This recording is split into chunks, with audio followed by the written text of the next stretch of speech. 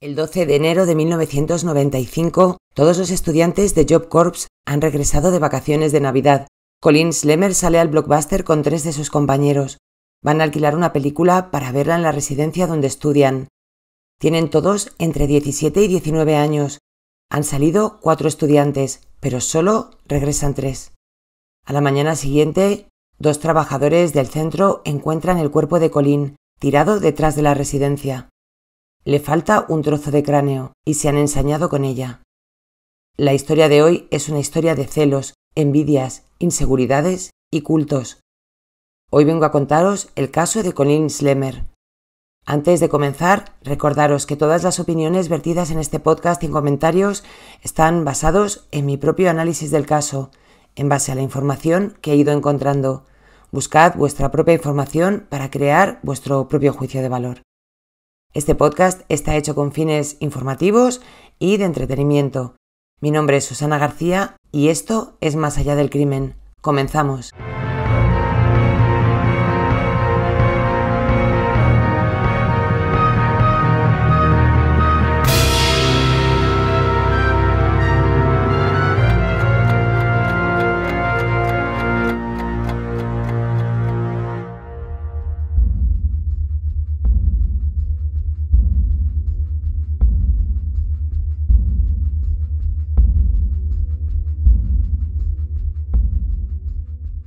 El 20 de septiembre de 1975, en Pensilvania, nace Colin Slemer.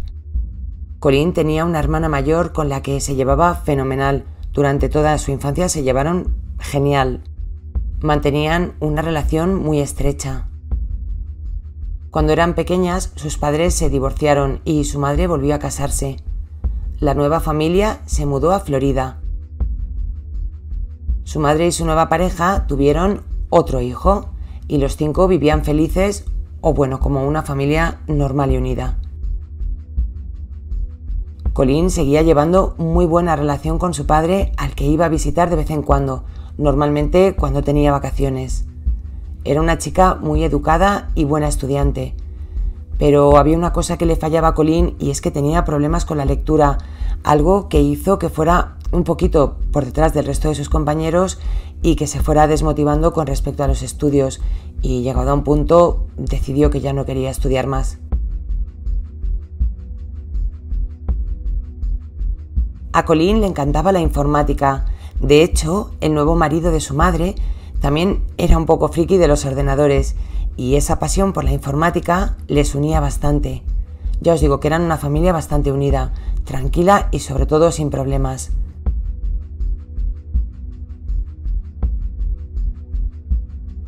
Colin ya tiene edad de interesarse en hacer su propio dinero y encuentra un par de trabajos en puestos típicos, ¿no? Sitios de comida rápida, cuidando niños. Pero a Colin lo que le gustaban eran los ordenadores y durante un tiempo trabajó pensando cómo podía hacer para poder dedicarse a ello, dedicarse a lo que realmente le gustaba, que eran los ordenadores y la informática. Colin descubrió lo que era Job Corps, que es una institución que pertenece al Ministerio de Trabajo en Estados Unidos y lo que hace es encauzar la vida de chavales de entre 16 o 24 años con pocos recursos. Les ayudan en sus estudios para que puedan tener una carrera. Job Corps hay muchos a lo largo y ancho de todo el territorio nacional. Hay un Job Corps prácticamente en cada estado. Con todo esto, Colin busca información y le ofrecen un puesto para estudiar informática en el Job Corps de Tennessee, en Knoxville. Para ello tenía que viajar hasta Tennessee para poder iniciar sus estudios. El curso que le habían ofrecido duraba solo 6 meses, así que la chica se lo tomó como una aventura, un salir de casa para iniciar sus sueños y quién sabe si posiblemente en un futuro tener un trabajo estable y dedicarse a lo que realmente a ella le gusta o le gustaba.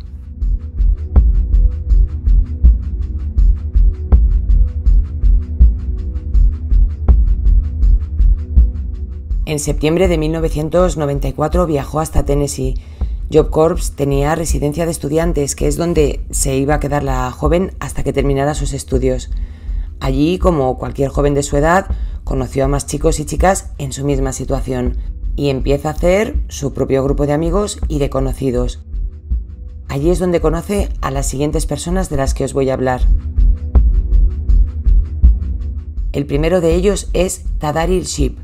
Había llegado hasta Knoxville, Tennessee, para tener una segunda oportunidad en su vida. Recordad que todas las personas, o la mayoría, son personas que tienen pocos recursos o jóvenes que han tenido problemas en su vida y necesitan centrarse.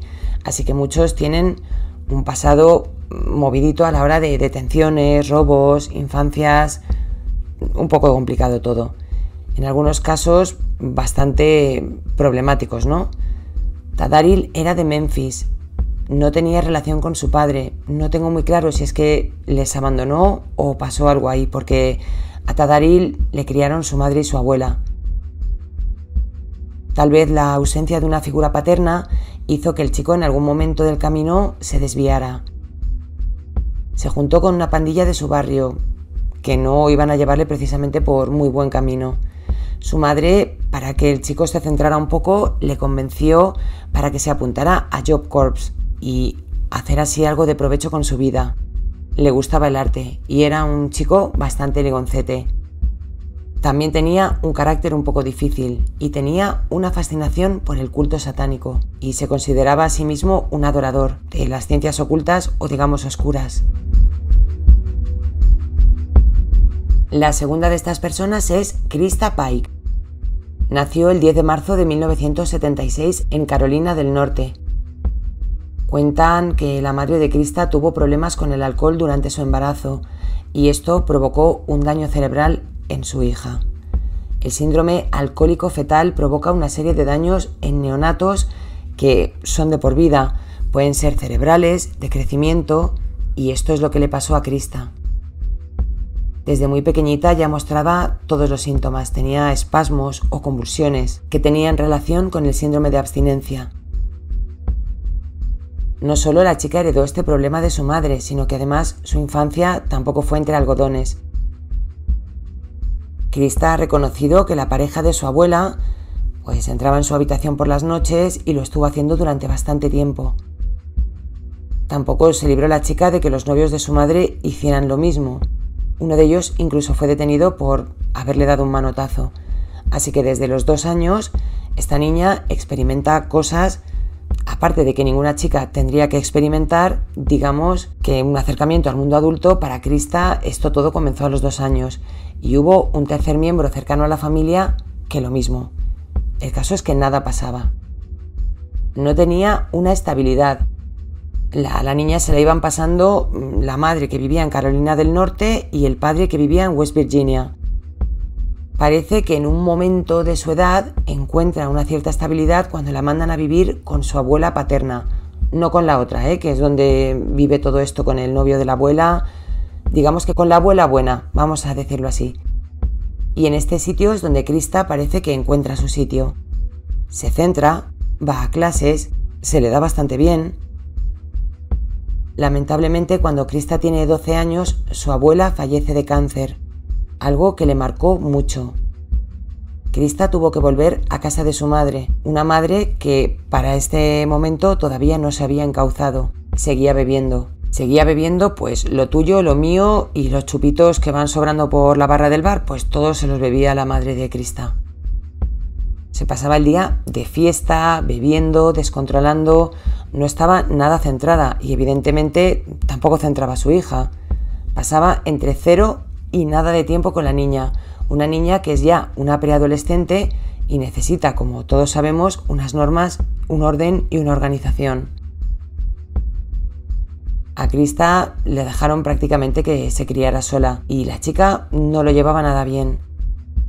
Su vida ya la tenía bastante centrada en casa de su abuela y volver a una vida desorganizada donde además no se sentía querida, ni tenía una rutina, ni tenía nada de nada, creía que era momento de terminar con todo, o creyó que fue momento de terminar con todo. Fue llevada a urgencias donde fue evaluada por un equipo psiquiátrico. Le diagnosticaron depresión severa y le recetaron terapia, pero parece ser que fue solo una vez. No tengo del todo claro si es porque no la volvieron a llamar o porque, como llevaba la vida que llevaba, nadie le hizo seguimiento y esta chica no acudió al tratamiento.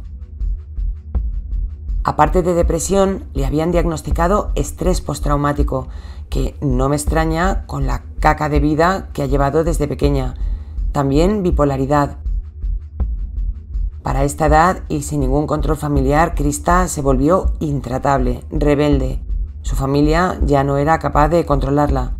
Que no sé de qué se extrañan cuando tenía 13 años, el novio de la madre decide que la niña es muy mona, si sabéis por dónde voy. Estoy intentando un poco controlar mis palabras porque parece que a YouTube no le gusta lo que digo. Tampoco quiero ser demasiado directa, ni explícita, ni vulgar. Pero bueno, su vida volvió a ser como era antes y antes de irse donde su abuela. La niña era un trapo o volvía a ser un trapo. Cualquiera podía usarla. Cuando tuvo 15 años empezó a robar. La pillaron y la metieron en un programa, digamos que de rehabilitación para adolescentes descarriados, que no es una cárcel, pero es como un centro de menores. Contrariamente a lo que podemos pensar, en este sitio encontró, digamos, una rutina y por primera vez creyó que la gente allí se preocupaba realmente por ella. Que vamos, si lo comparamos con la gente que se había preocupado por ella durante toda su vida, pues esto era como, no sé, un campamento y una... no sé, un centro militar, ¿no? Donde tienes tu propio orden, pero sin ser tan duros. Allí medio se encauzó y es cuando decidió, o le propusieron, estudiar en Job Corps. Con 17 años salió del centro de menores y se fue a Knoxville, a Tennessee, a estudiar enfermería técnica. Y en tercer lugar tenemos a Shadola Peterson. De esta chica tenemos entre poca información y nada. Yo al menos apenas he encontrado. Lo que sí podemos suponer es que también tendría una adolescencia un poco complicada y quería encauzar su vida también. Y fue cuando decidió meterse en Job Corps. Tenía 18 años. Era de Ohio y venía de una familia muy pobre. Quería estudiar para salir de la pobreza y ayudar a su familia. Y aquí es donde se conocen los cuatro: Colleen, Tadaril, Krista y Shadola. Krista y Tadaril habían empezado una relación. La chica sentía que por primera vez un hombre se preocupaba por ella de verdad, no como habían hecho los otros. Y con otros me refiero a familiares, vecinos y algunos allegados que siempre se aprovecharon de ella. Con Tadaril todo era más fácil. Era el típico guaperas, llamaba mucho la atención, tenía a las chicas locas. Pero ahora era de Krista. De Krista y de nadie más, que no se le acercara a nadie, que sacaba las uñas. Era súper celosa y para una vez que creía que había encontrado al hombre de su vida, nadie se lo iba a quitar. Del tema del culto que practicaba Tadaril no se asustó, todo lo contrario, le llamó muchísimo la atención. Quiso saber más y meterse en el rollo de su chico. Lo que hacían Tadaril y Krista era reclutar compañeros para su culto. No valía cualquiera tampoco. Y en este grupo estaba Shadola. La que no estaba en el grupo era Colleen, que incluso sentía cierto rechazo por lo que hacían los chavales. Le daba hasta un poco de miedo. Hacían rituales y robaban cosas de otros compañeros para hacerles brujerías. Y bueno, ya sabéis, este tipo de malas energías. Colleen estaba allí para estudiar y no para dedicarse a otro tipo de cosas y menos para meterse en temas de energías negras, magia negra o como lo queráis llamar. Muy mal rollo.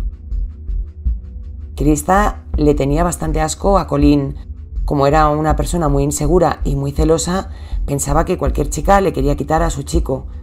Aquí os voy a contar que en algunos sitios he leído que realmente Colleen sí tuvo algo con Tadaril, pero en la mayoría lo que se cuenta es que no, así que tiraremos por ese lado. Tanto si se hubieran liado como si no se hubieran liado, a lo mejor el problema lo tenía su novio.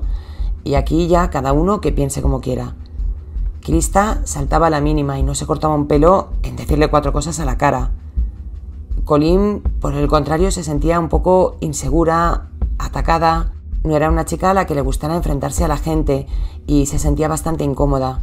Además, también sabía a lo que se dedicaba en su tiempo libre Krista, ¿no? Y le daba bastante mal rollo. no quería tener mucha relación con ella.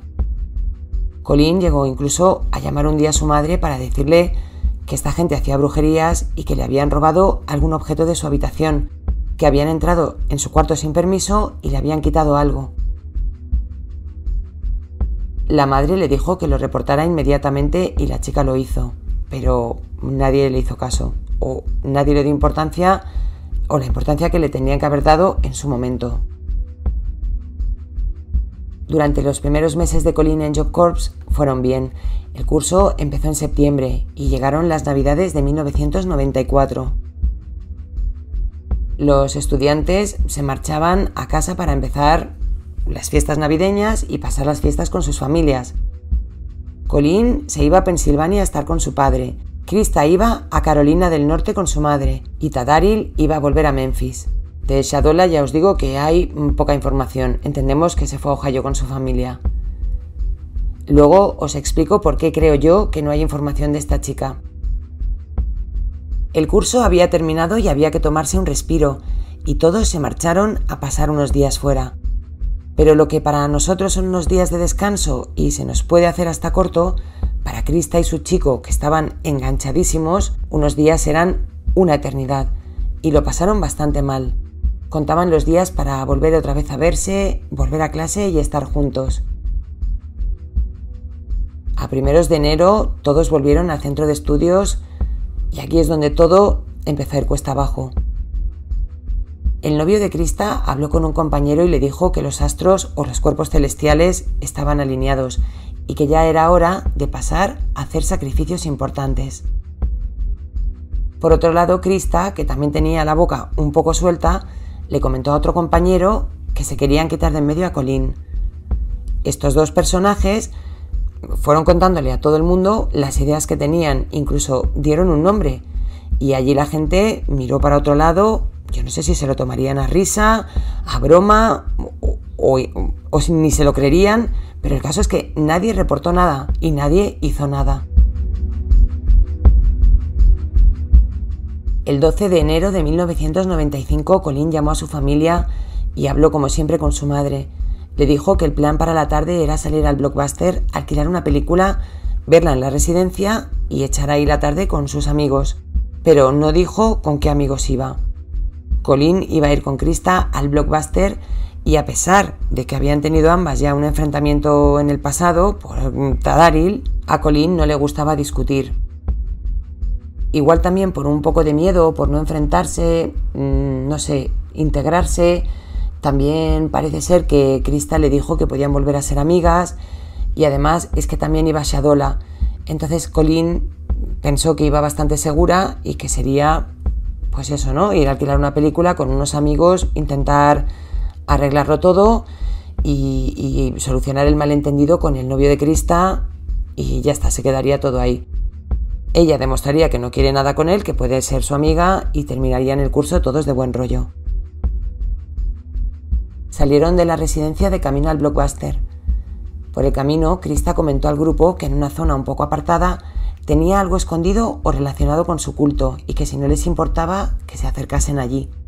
El resto dijo que vale, y cuando llegaron a una zona apartada, a Krista le dio la vuelta a la cabeza y empezó a discutir con Colin. El tema, el de siempre, quería saber si había tenido una relación con su chico y le decía que dejara en paz a su novio. Volvía otra vez con sus inseguridades y a la que atacaba era la chica, no al novio. Colin le dijo que se relajara, que no tenía ninguna intención de tener nada con su chico, que no le gustaba y que no era su idea. Entonces Krista le levantó la mano. Colin, por supuesto, se defendió, pero de la rabia que tenía Krista empezó a darle y darle hasta que Colin se cayó al suelo. Gritaba de dolor porque es que le estaba dando bastante fuerte y le decía a Shadola o le gritaba que por favor fuera al centro de estudios a pedir ayuda a seguridad. Pero las agresiones fueron a peor. Empezó a hacerle pequeños cortes, a amenazarla y en un momento dado Colin consiguió salir corriendo.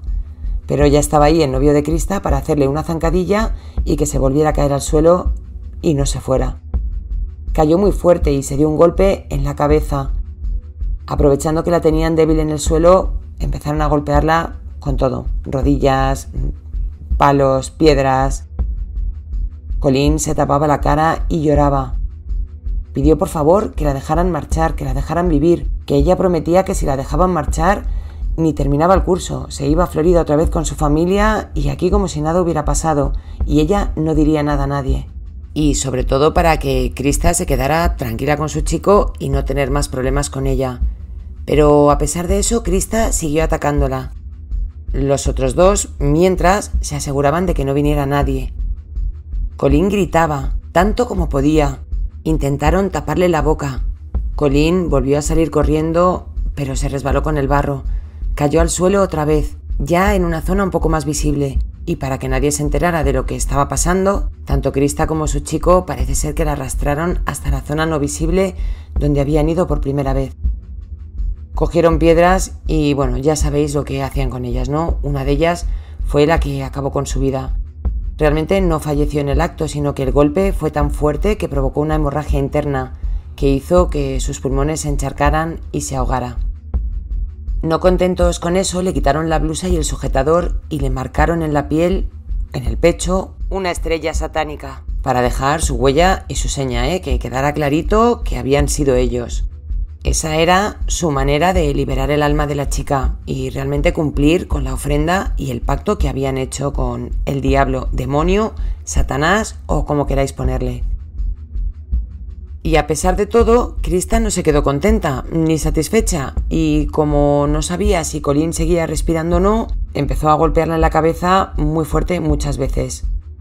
El cráneo ya estaba roto.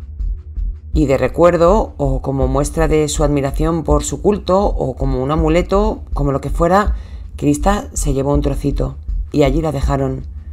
Muy espabilados no fueron, la verdad. En vez de volver directamente a la residencia, pasaron por una gasolinera para asearse un poco, porque irían finos, y sobre todo para aprovechar y tirar objetos personales de la chica que no les relacionaran con ellos. Ya os digo, muy listos no eran, Volviendo al centro de estudios, tipo cerca de las 11 de la noche, iban bastante de subidón los tres. Y aquí Krista no se cortó mucho el pelo cuando le contó a una compañera lo que habían hecho. Estaba orgullosa y satisfecha, tanto que decidió ir a la zona donde habían dejado el cuerpo de Colleen con una compañera y regocijarse en su obra. Y encima supongo que fardar frente a la otra persona. Que no sé qué leches era eso de fardar cuando te acabas de cargar a alguien. O a lo mejor hacérsela dura o no sé. Lo que os digo, esta chica estaba con su subidón y quería recrearse. Para entonces la policía ya había encontrado el cuerpo de Colleen. Lo habían encontrado 2 trabajadores muy temprano por la mañana. En algunos medios he leído que fue una pareja, pero tanto si fue una pareja como si fue una pareja de empleados, lo que vieron fue un camino que les pareció sangre. Y siguiendo el camino pensando que podía ser un perro herido, fue cuando dieron con el cuerpo de la chica. La zona estaba acordonada y por lo tanto Krista no pudo ir. Otra que tampoco ha aprendido lo de no volver a la escena del crimen. Cuando volvía a la residencia con esta amiga frente a la que quería fardar, se encontraron con Tadaril. Allí se quedaron Tadaril y Krista hablando, o más bien discutiendo, y la chica esta de la residencia decidió volverse. No recuerda de lo que hablaban, pero sí recuerda que se gritaban. Los agentes encontraron el cuerpo de Colleen boca abajo, con numerosas heridas por todo el cuerpo. Podría decirse que hubo bastante ensañamiento, tenía muchísimos cortes. También observaron la estrella que le habían marcado en el pecho y lo deteriorado que tenía el cráneo. Evidentemente, lo primero que hizo la policía fue preguntar en el campus si faltaba algún estudiante. Como estos tenían menos luces que mi pueblo el día de Navidad, a la policía no le fue muy difícil encontrar unos primeros sospechosos. La estrella marcada en el pecho era un indicio bastante importante. Significaba que el culpable o los culpables practicaban algún tipo de culto. ¿Y quién practicaba algún tipo de culto en el campus? Tadaril, eso es.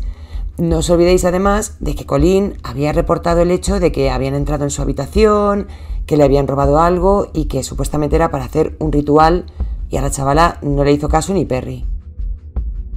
Job Corps no tenía ninguna notificación de que hubiera desaparecido ningún estudiante. Lo que sí tenían era un registro de entradas y salidas de todos los estudiantes y de todas las personas que pasaban por allí. La policía vio en ese registro que la noche del 12 de enero 4 estudiantes habían salido a la misma hora y que solo regresaron 3. La otra persona nunca volvió a entrar. Y ya saben que la persona que no ha vuelto, la estudiante, es Colleen Slemmer. El resto de estudiantes van contando, van dando pistas, indicios, testimonios a la policía. Y lo que dicen es que los líderes de ese culto eran Krista y su chico. Para entonces la policía lo que está es investigando o intentando averiguar qué miembros de ese centro de estudios formaban parte de ese culto. Eran más o menos como unos 10-12 estudiantes. Por si alguno más, aparte de los que hubieran salido ese día, estaban también implicados. Pero el resto de estudiantes, cuando les preguntaban, decían que se enfocaran en Krista y Tadaril. Aquí recordaros que como están más bien a pajaritos, tanto el chico como la chica habían comentado a compañeros algo de un sacrificio y dieron el nombre de Colleen. Vamos, que más pistas no podían haber dejado. Es como las miguitas de pan para que la policía llegue hasta ti, ¿no? El pajarito que te sigue, pues nada, aquí estamos. Shadola también estaba en el punto de mira porque pasaba mucho tiempo con ellos y además en el registro de salidas y entradas ella había salido y formaba parte de ese grupo. Por lo tanto, también se convirtió en sospechosa. Rápidamente los 3 ya estaban en el ojo de la policía. Vamos, se pusieron ellos mismos solitos a tiro. Se los llevaron a los 3 detenidos para interrogarles. Habían encontrado muchos objetos oscuros de culto en el armario del chico. Tampoco negó nada y estaba bastante orgulloso de pertenecer a ese culto. Dice que se metió con 11 años, que encontró un grupo de personas que le entendían y le comprendían y cuando se fue a estudiar a Knoxville, a Tennessee, pensó que podría crear un nuevo grupo de gente y captar adeptos y hacer como su propio culto en otra ciudad. Dijo que él mismo había ayudado a Krista a entrar, que le había explicado todo cómo funcionaba y los dos estaban metidos hasta las trancas. De lo que no habló nada fue de lo que pasó aquella noche. No abrió la boca. La siguiente persona en ser interrogada fue Shadola. Esta chica le contó a los investigadores que sí, que estaba metida en el culto y que Krista le había hablado de un sacrificio y le había dado el nombre de Colleen. De hecho, toda la caca fue a parar a Krista. Esta fue la última en ser interrogada y tampoco se cortó un pelo en contar con pelos y señales lo que pretendía hacer o la idea que tenían, que era un sacrificio para su culto. Y también aprovechando darle una lección a Colleen por haberle entrado a su novio y tener un rollete con él, o eso era lo que ella pensaba. Contó cosas muy duras, como que a pesar de que la chica pedía clemencia, ella no le hizo caso y siguió golpeándola. Que también oyó unos ruiditos cuando ya parecía que no respiraba. Todo con mucho detalle y bastante duro. Arrepentimiento cero, vamos. Los 3 fueron detenidos y acusados de acabar con la vida de Colleen Slemmer. La autopsia reveló que muchos de los golpes y heridas que tenía en su cuerpo no habían sido los que habían terminado con ella y se había determinado que habían sido producidos en torno a 30-45 minutos antes de fallecer Colleen. Por lo tanto, saben que hubo ensañamiento. Salió lo de que faltaba la pieza del cráneo, la cantidad de golpes que tenía y el tiempo que estuvo sufriendo la chica. Y cómo falleció pues ya sabéis, con el golpe y el encharcamiento de pulmones.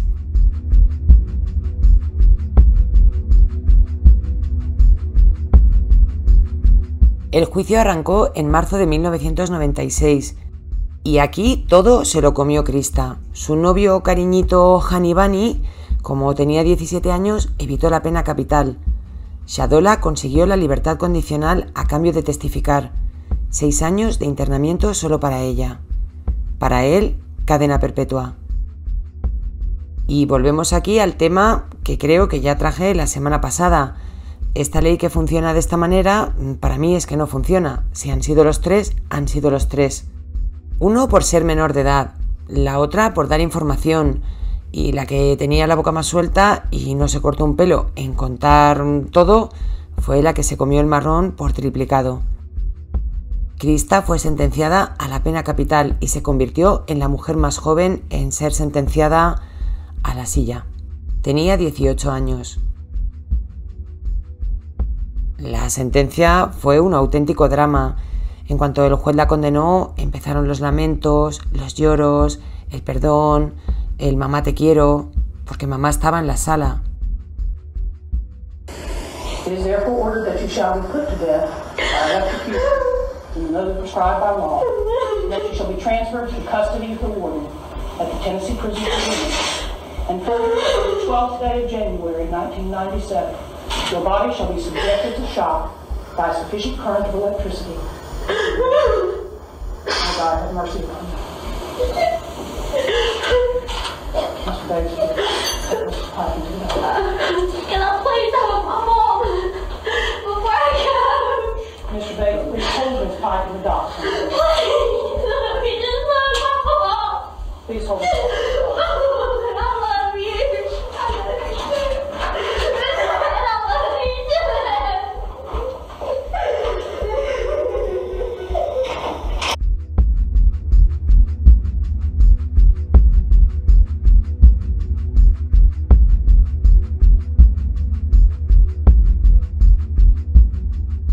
Lo ves y en un principio te puede hasta medio conmover, no sé, un poco, ¿no? Siendo tan joven.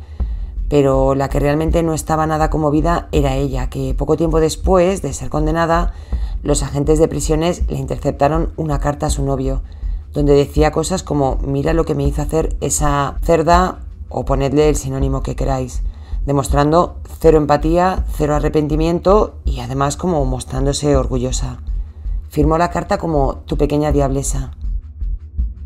Y os pensaréis que la historia se queda aquí, pero todavía hay más.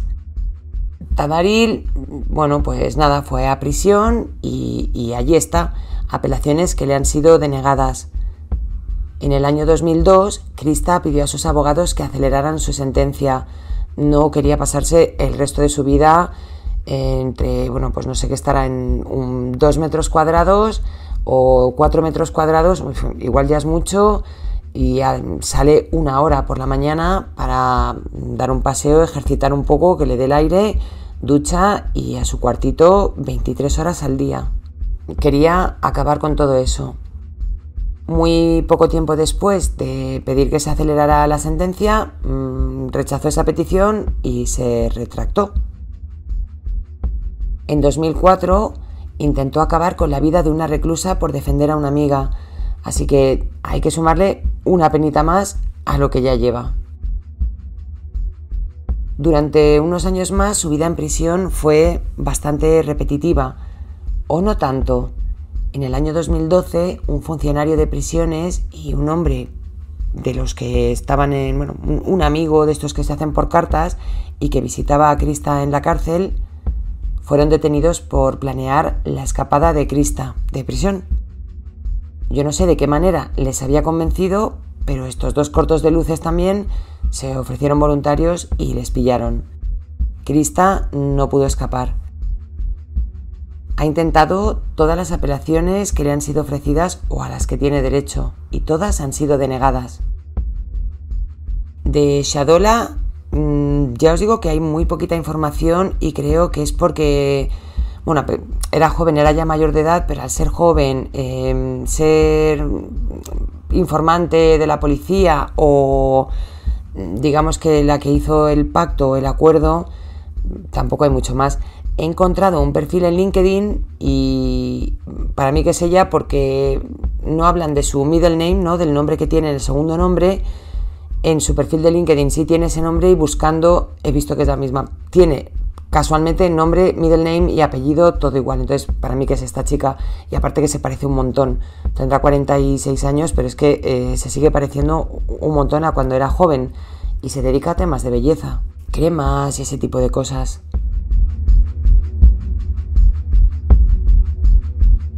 Aún no hay fecha para el último día de Krista y a día de hoy tampoco se sabe dónde está el trozo de cráneo que falta de Colleen. Su familia lo necesita para cerrar su ciclo y que su hija descanse en paz, y piden por favor que le pongan fecha ya, porque no va a haber justicia hasta que esta chica ya no esté. La madre de Krista la apoya y cree que no lo merece, porque sabe todos los problemas que tiene su hija mentales. Hay una entrevista bastante larga y extensa de Krista contando su vida entera, pues todo lo que le ha pasado cuando era pequeña y cómo ha llegado hasta donde ha llegado. Reconoce que ha cometido un error y que no tiene que ser la única en pagar el error de 3, y en esto sí que le doy la razón. Krista vestirá de naranja el resto de su vida. Tiene ahora 47 años y no sabemos cuántos más cumplirá. Y hasta aquí la historia de hoy, en este capítulo 4 de la segunda temporada. Voy a aprovechar para dar las gracias a toda la gente que me deja comentarios en Spotify, que muchas veces no los veo y tardo tiempo en darle a publicar, pero como creo que no se puede contestar, os agradezco de verdad a todos los que me escribís, desde México, desde un montón de países, diciendo que os gusta mucho mi trabajo y nunca os hago un reconocimiento, así que un beso para todos los que me escucháis desde Spotify. Gracias como siempre a Rousset Ferrer, mi miembro de Patreon, y a todos los que se estáis haciendo mecenas. Muchísimas gracias de verdad a todos, y a los que me escucháis y no me seguís, y a los que me seguís y no me escucháis, que tampoco sé si os vais a enterar de este mensaje si no me escucháis. Hoy quiero dedicarle este episodio a mi amigo Pablo, que hace muy poquito se fue a vivir a Tennessee. No le gustan las historias de true crime así cerca de donde vive, y como sabe que soy muy fan de los crímenes norteamericanos, he encontrado este de Tennessee, así que Pablo, pues va por ti, ¿no? Ya tienes una historia al lado de casa. Este viernes espero que haya un nuevo especial. No hubo la semana pasada porque estuve un poco liada, pero este viernes os voy a traer un exclusivo. Pasad muy buena semana y como siempre nos vemos muy pronto con más crímenes reales en Más allá del crimen.